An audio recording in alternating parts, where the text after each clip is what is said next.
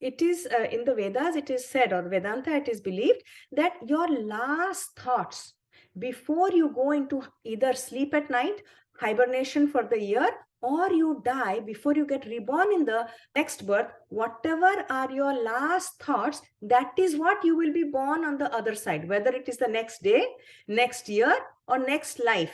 That is why it is important, because we're trying to be intentional to invoke Saraswati. She is the giver of intelligence, of raising us from instinctual to intentional. And understanding that the Uttarayan Navratri coincides with Ram Navami, and the Dakshinan Navratri is around Janmashtami, the same concept. Think about how Lord Ram's birth was. Everything was beautiful, easy, and the way he was born. And how Lord Krishna was born, everything was difficult. His parents were imprisoned, he was born in a prison, everything was difficult. But there was one commonality between Lord Ram's birth and Lord Krishna's birth. Both of them had to fight. So instinctual, we cannot overcome our instinct just by sitting and doing nothing. So this fight, this conflict is within, and we are asked to make an effort. Now that brings us to the Jagran concept. Many times in the northern part of the country in India, there is Jagran, not so much in the south.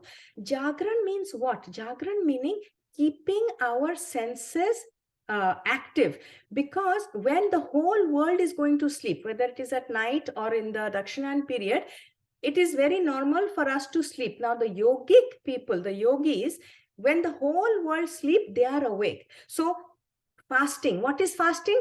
Going against the instinct of, we have two basic instincts, food and sex.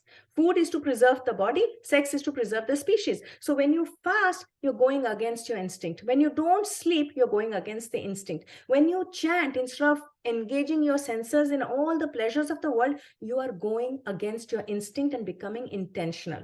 So that is why that Jagran concept. And why 9 days? Because 9 is a very special number. We have 9 doorways in the body that houses the spirit: the 2 eyes, the 2 nose, the mouth, the 2 ears, organ of reproduction, and organ of excretion. So when you get mastery over these 9 doorways, then you are in full control and intentional. Also, 9 means anything that you want to give birth to in the decimal system, there's 1 to 9.